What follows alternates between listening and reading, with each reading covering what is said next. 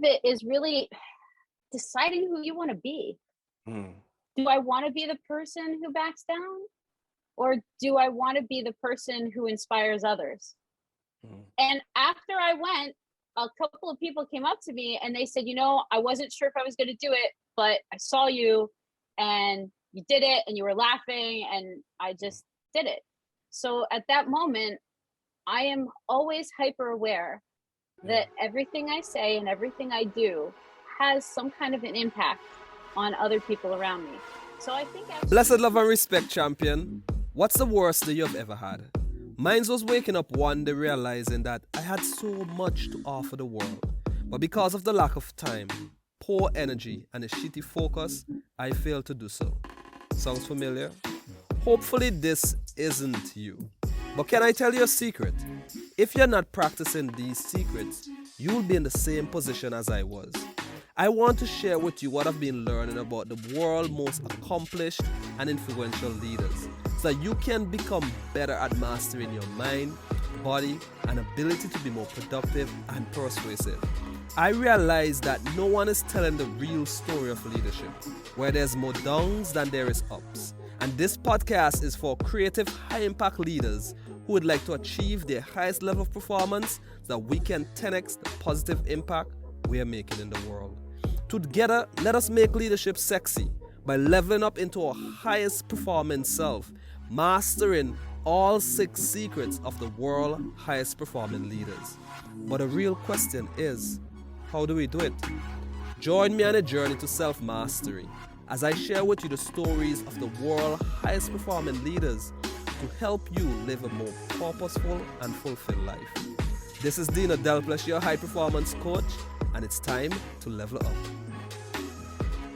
Blessed love and respect, champion. Now, welcome to a wonderful episode. And today we'll be leveling up with Alysia Lee Asp. Okay. And just to give you a quick introduction of who Alysia Lee Asp is, she is the creator and founder of the Soul Well Creative Wellness Studio, as well as an international creative coach and consultant, an award-winning entrepreneur, and a national award-winning art educator. Now, I just want to say welcome, Alysia, and I hope that you're having a wonderful day. And before I ask the first question, I understand that you are packed with courage. Throughout listening to your story and how you started from 9th grade, you decided who you wanted to be and what you wanted to be. Yes. And you became that. Yeah, after becoming that, things went haywire and you went full feet into becoming an entrepreneur. After doing that, things went haywire. Then you travel across the entire world and end up in the East, and taking over an entire school. Yes. Things went haywire again, and that pushed you all the way to China, doing more or less the same thing that you've done, teaching, creating, inspiring, and now creating your own business here in Shanghai. Now, this get me curious. Where did this journey of moving from becoming an art teacher and becoming an entrepreneur began? Where did that begin? I think it happened while I was teaching. There was a lot of frustration that I had teaching as a public school teacher in the US. And I saw that there was a lot of things that were not great in the school system. And I really felt a calling to create. And as an artist, because I was an art teacher, you always have this, as an artist, you want to create. And entrepreneurship is really an art because you're creating something. And so I saw that. But then the biggest moment was I had won a national award for teaching. And I went to the conference, the National Art Education Association conference, got my award, and I came back and there was this sign out front of our school and it said, "Congratulations, Miss Asp, on your national award." And it was really cool. Went to my room, worked. Principal called me in. Same day I got back. And I was sitting here, her desk was here, she was there, and the window behind her, I could see the sign as she told me that my department was going to get cut by a half position, even though we had worked for 4 or 5 years, 4 years to become one of the best departments. And it was I was the leader. So one of the people who was working in my team was going to have to get another job. And she was a single mother. So that really upset me. And I saw this, and this was at the time of the No Child Left Behind. And at this time, arts and arts education was getting cut all over the place. And I was already learning a little bit about entrepreneurship. And then it just hit me. I'm like, well, if they're going to take the art out of the schools, I'm just going to find another way to get it to people. Simple enough. And so I opened up my own art studio school, and I made it K through adult. And I even had my own metalsmithing studio. We had a painting studio, a drawing studio, a craft studio.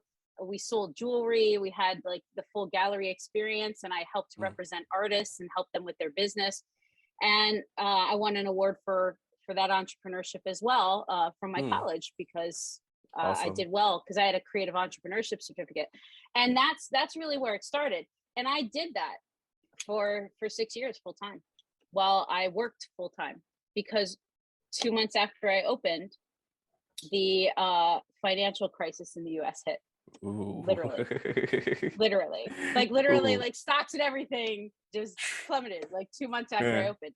We still managed to do okay. We managed to pretty much, break even or go a little bit over for most of the time, and it was good even while working 2 full-time jobs. But it taught me a lot, and I was able to help a lot of people, which was my whole intent.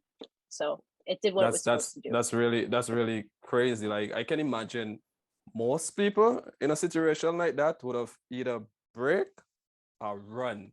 Yeah. So my question is, and I'm really, really curious, as I know that, most leaders who have a drive like yours, there's something that is really driving them. So what is that catalyst that was driving you at that time? The market's crashing literally. Yeah. And your school, there's like no sign that anything good is going to come out of this. Like, what was driving you then? I think that you have to be stubborn. I think you have to be stubborn. Like, really, I think when you come to a point where you have an idea and you're going to invest in it, and you have done everything you can to make sure that you have done something that's a wise decision, and you've already invested, then you need to stick it through. You have to say, okay, I'm going to be stubborn. I'm going to make this work, and have the confidence to know that you can. And for me, I don't accept defeat very easily. That is, if it has to happen, it happens. But I'm gonna at the end of the day know that I did everything I can before I'm gonna give up in almost anything in my life. So I think that that's part of it. You just have to have some type of grit and determination that says, I'm gonna give it my all. But you also have to have that little part of yourself that's compassionate enough to say, you're going to do your best. And that's enough. That's powerful. That's powerful. In my head, I'm hearing we have this two voice in our head. There's the positive side that is telling you, oh, you can do this. Then there's my negative side is saying, oh, easier said than done, Alysia. Easier said than done. So right now, the question is, like, internally, when you're there, that stubborn Alysia, when you're there, what is happening internally that no one else knows or is seeing? Tell me what's going on inside. You definitely have moments where you think you might want to give up. And I had many moments throughout both entrepreneurial journeys where I'm like, did I make the right choice? Did I not? But, I think it's like when I went bungee jumping for the first and only time. And it wasn't actually that long ago. I was the oldest person on the platform, I'm not going to lie. And I went for it, and there was like 30 people. This was in Korea. And we jumped off of, I think it was like 300 meters over water, and it was over water. And they gave us the option. The first thing they did was first of all, I knew I was going on this. I invested the money. I'm like, I'm going on this because I want to experience it. It's on my bucket list. So the first thing is you have the dream, then you're like, I'm going to do this. And then you have to commit to yourself, right? And then I said, okay, I'm doing it. I went with my friend who was like a very young PE teacher. She ended up not doing it. She couldn't do it. Ooh. But you had a harness that could go around your midsection, or a harness that went around your feet. Now, they didn't show this to you ahead of time, but they told you had to make a choice. Oh, wow. So, of course, which one did I choose? I chose the one around my feet. And I was one of only 3 people who did that, by the way. You're daredevil, Alysia. You're daredevil. And then as they strapped it around my feet, right? And this is just like entrepreneurship. This is just because once you get in it, then there's stuff that you don't realize. And you're like, oh, I have these choices. Am I going to take the risk and really get the maximum experience, or am I going to do the other? I went for the maximum experience. Then I go to get the harness on, and I'm not kidding you. It was Velcro and a buckle. So I got this harness, and I was like, oh my gosh. But I already committed. I'm like, you know what? I'm just going to have faith, and I'm going to do this, right? Yeah. So I got up there, and they're like, who wants to go on the first round? And I'm like, you know what? If I'm going to do it, why wait? So I just went, and we're up on the platform, and they said, who wants to go? And 3 of us raised our hands, because I'm like, if I'm going to do it, it doesn't matter when I do it. Might as well do it now, right? Yeah. So I was second, but I was the first person who went with the thing on the feet. So I get up to the platform, and I'm standing there, and it's the first time that you're standing at the edge looking down. Again, like entrepreneurship. Now you're making the leap. And now, right at that precipice, you see all the stuff you're going to have to work through to get there. And I stood at the edge, and I was like, oh, that's pretty far down. And the guy was doing like 1, 2, 3, right? And he's not allowed to push, right? So you got to do it yourself. So I'm up there, I'm strapped with my Velcro, standing on the edge, and he says, 1. And in that second, inside my brain, part of me was like, you don't have to do this. Why are you doing this? This is insane. You could die. This could happen. This is elective, Alysia. You don't have to do this. Like, you're paid to do this. You don't have to. And in that moment, the other side of me was like, you're going to talk yourself out of this. No way. You committed to this. You're doing it. He said 2, and I jumped. Oh, wow. So, and not only did I jump, I swan dived. And all the kids who were younger than me were like, you did it in style. Like, I actually dove, right? And it was awesome. And the best part of that experience wasn't even the thrill of the fall. The best part of it was knowing that when I had to do that choice, I had it within me to do it. And I think that entrepreneurship is like that. And what that inner voice, those 2 things are, is you have to cultivate that strong voice inside of yourself that trusts that your idea, your creativity, and your intuition was right. And then you have to trust the universe, or whatever you believe in is going to make sure that everything goes the way it's supposed to go. And if you have those 2 things intact, it's fine. Even now with this lockdown, we're going to develop different programs, and we're going to go online earlier than we thought. Apparently it's happening for a reason. You just do what you got to do. Yeah. And I love, as you were sharing that story, I can literally feel the tension in my body, standing at the end of that cliff and having to make that jump. Like, literally right now, I think if I could sweat, my palms would have been sweaty. And I love the fact that you said to, cultivate that voice in you. There's 2 voices. And I can remember this one time my grandma shared this story with me. I can remember this day I didn't want to help her in the backyard. And she was there. I think I was even crying, and I was really young. And I can remember the first time she told me about this story about these 2 wolves inside of me. Yeah, there's this good wolf, who would try to help you. He's really strong, kind, and loving, who would help Granny, And then there's this bad wolf who would say all the dirty words and want to hit his little brother and do all these bad things. And I was asking her which of these wolves would win. And then she told me the one that I feed. At that age, I didn't know what she mean, but she was trying to convince me to help her. And as I get older, I realized that these wolves are similar to those two voices that you just mentioned. The So voices. my Yeah. big question to you, Alysia, how do you cultivate, that voice, that voice that makes you jump before tree? Yeah, that voice that gives you this tremendous amount of courage to step through fear the way you do. Like, how do you do that? I think part of it is really deciding who you want to be. Hmm. Do I want to be the person who backs down? Or do I want to be the person who inspires others? Hmm. And after I went, a couple of people came up to me and they said, I wasn't sure if I was going to do it, but I saw you and you did it and you were laughing and I just did it. So at that moment, I am always hyper aware Yeah. that everything I say and everything I do has some kind of an impact on other people around me. Now, if you're listening to this show, I believe it's because you are ready to take your performance to another level. And that is why I've created this show as a program in my high performance leader coaching ecosystem to help you master these high performance habits with accountability, structure, and guidance from me as your coach. And it is free for you today as my listener.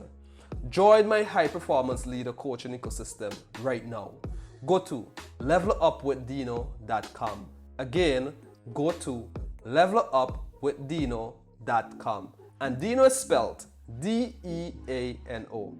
And if you're listening to this in China or you're watching an episode on YouTube, just click the link in the description below. And remember, it is time for you to level up. So I think actually the biggest motivator for me is, how do I want to impact? So when I have my business, even now, even the things now, yeah, could quit, could close, could move back home, all that stuff. But imagine if it's a success. Imagine how many people are going to be inspired by that. Imagine how many people that center is going to help. Imagine how many coaches it's going to help when they actually come on board and they're working together. And I think about that. And I think the way to feed the wolf is to always give it more motivation. So I'm constantly saying to myself, this is why, this is why, this is why. And then it works. So for me, I was like, I have a bucket list. I want to make sure that I've done something. I want to know that I can work through my fear. And I had tons of reasons in my head why I needed to jump off of that platform. And at the end of the day, that's what got me through it. Awesome. Amazing. Amazing. And I know most of our listeners are, leaders who want to make that step into entrepreneurship, want to start their own coaching practice, want to become a consultant, want to inspire others doing what they love. Yeah. And maybe get out from that corporate space. What is the greatest advice you'll give to someone, who want to move away from their 9-to-5 job and stepping into coaching or any part of entrepreneurship? I would say if you're looking at making the change, the things I would do is to make a list of your whys. Personally, why do you want to do it? Professionally, why do you want to do it? Globally, why do you want to do it? Because when things get tough, that list is what's going to keep propelling you on. The second thing I would say is the best way to get yourself out of this whole imposter syndrome, worried that you're not enough, all of that, is to have some strategy and have that listed down. So having your resume ready, having your trainings that you want to have. I mean, not to the point where you keep doing it and you never do anything, but you have to actually have some plan and work towards being an expert. The other thing, if you read things like by Seth Godin, he's marketing, God, you look at stuff he says and he talks about whatever you're trying to do, you want to be the best in the world. Otherwise, why bother? So it doesn't mean that you have to compete with everybody. It means that you have to be creative enough to create your own thing, to be the best at that. So once you have that and you know you're working towards that and your why is in place, it's super easy. Powerful. Powerful. I love that you said a list, get your list of whys. She literally mean get your pen and your paper and write them Literally. down. Yeah, literally. Yes. And you can go, and honestly, if you want my organization, I would make a table and I would actually have personal, I would have professional, I would have global.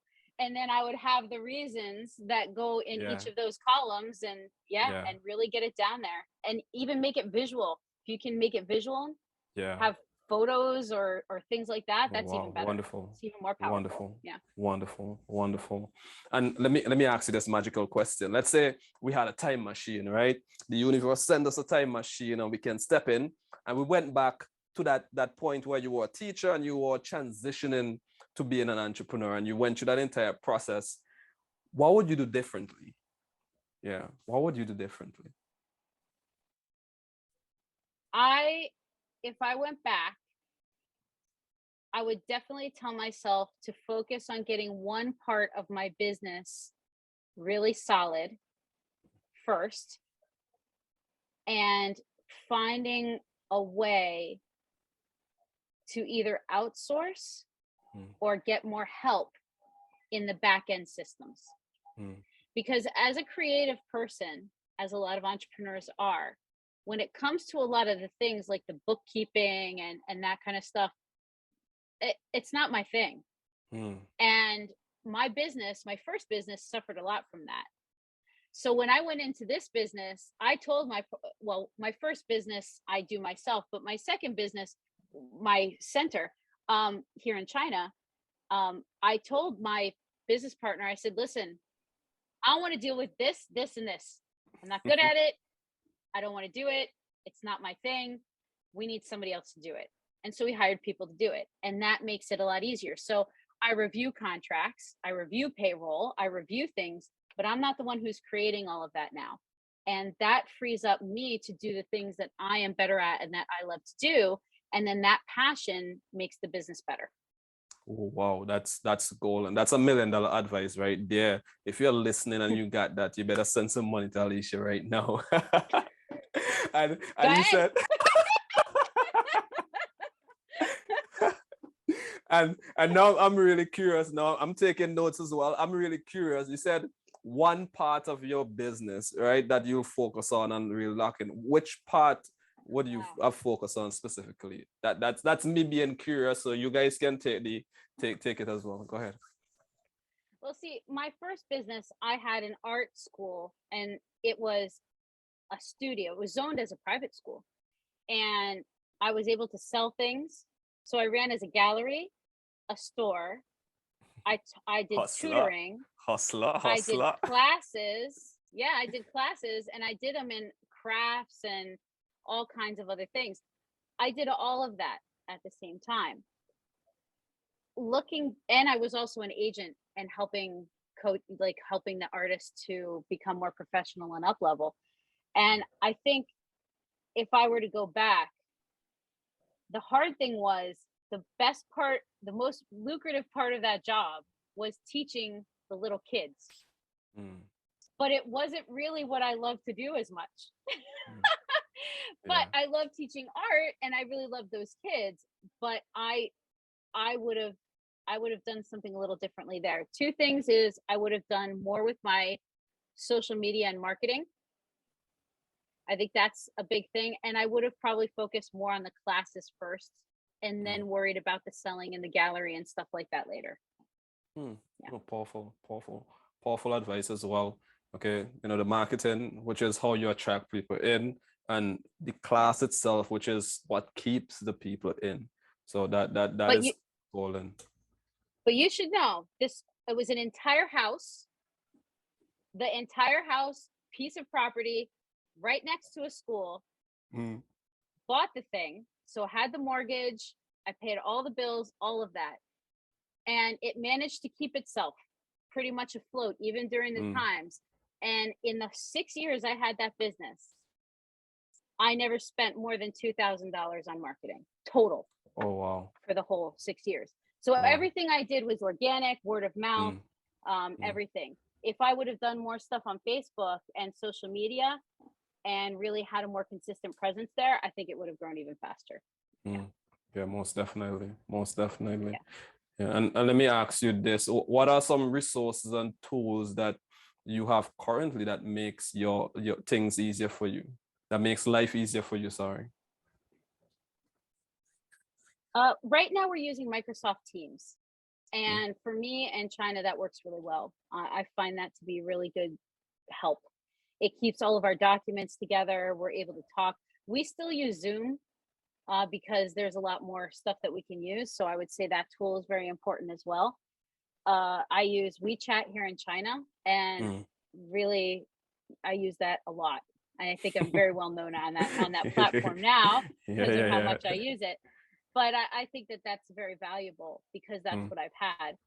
The other thing I would say in this is you can spend a lot of time finding tools, and there's lots of different tools out there. I tried to find a project management tool for so many hours that I will never get back in my life. And I didn't really find anything that I liked that was what I mm. needed. So I created my own.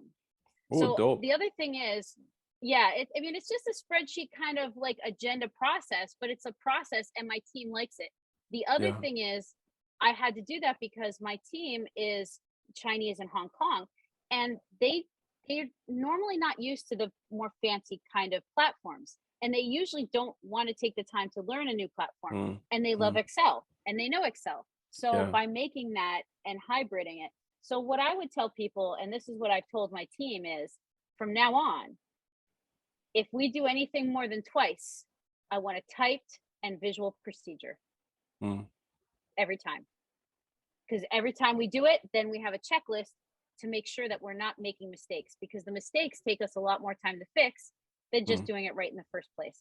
And this goes for payroll, this goes for posting stuff and events. So that's what we have. So on the back end now, we have so many procedures and things, but it makes it easy because then somebody's like, okay, I need to do this. And I'm like, there's a checklist. Just make mm, sure you do everything and we're good. mm. Awesome. Awesome. Back to the list Yep. again. Yeah, if you guys pay attention to the words, see what our secret weapons are. Yeah. And let me ask you this. What are some Yeah. of your favorite books that you would recommend to the listeners, especially around creativity, leadership, and entrepreneurship? What are some of your favorites personally? Creativity. One of the ones that I just read recently that I love is Austin Kleon. He wrote this book, Never Give Up. That's what Mm, it's called. And I really appreciate his work. And that gave some interesting insights because it's creativity and entrepreneurship rolled into oh, one. wow. Wonderful. I just finished The Dip by Seth Godin.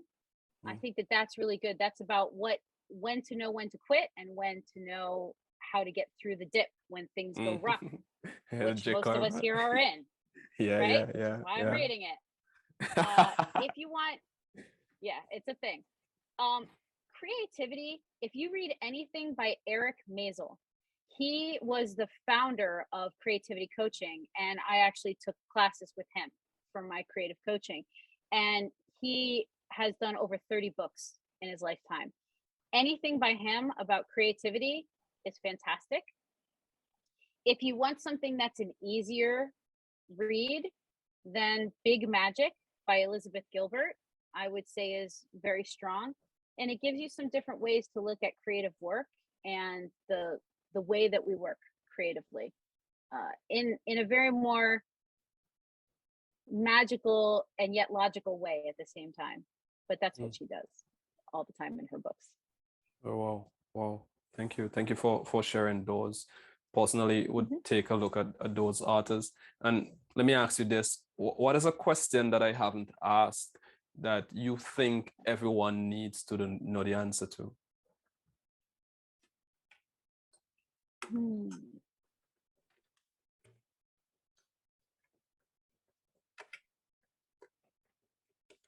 What motivates you? Mm. But really, honestly, motivates you. You got to be Mm. honest with yourself. What really motivates you when it really comes down to it? If you answer that question, you can pretty much get your mind to do whatever you need it to do because you can Oh, motivate wow. yourself. Oh, wow. That's powerful. Wow. And it's so funny, when I asked the question, I was like, what question is she gonna ask? And when you ask it, it really hit me here, to be honest. And if I must say, and I really hope that that question hit whoever is listening. Yeah, because that's a You powerful think about question. you think about the great leaders in history, and I've studied them. I actually Mm, studied them when I was a kid.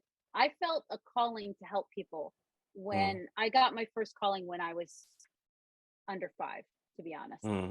Wow. And I started studying all the leaders. I've studied Gandhi and Martin Luther King Jr. and Mother Teresa, and I've read books and studied them. And when it all comes down to it, they were all motivated.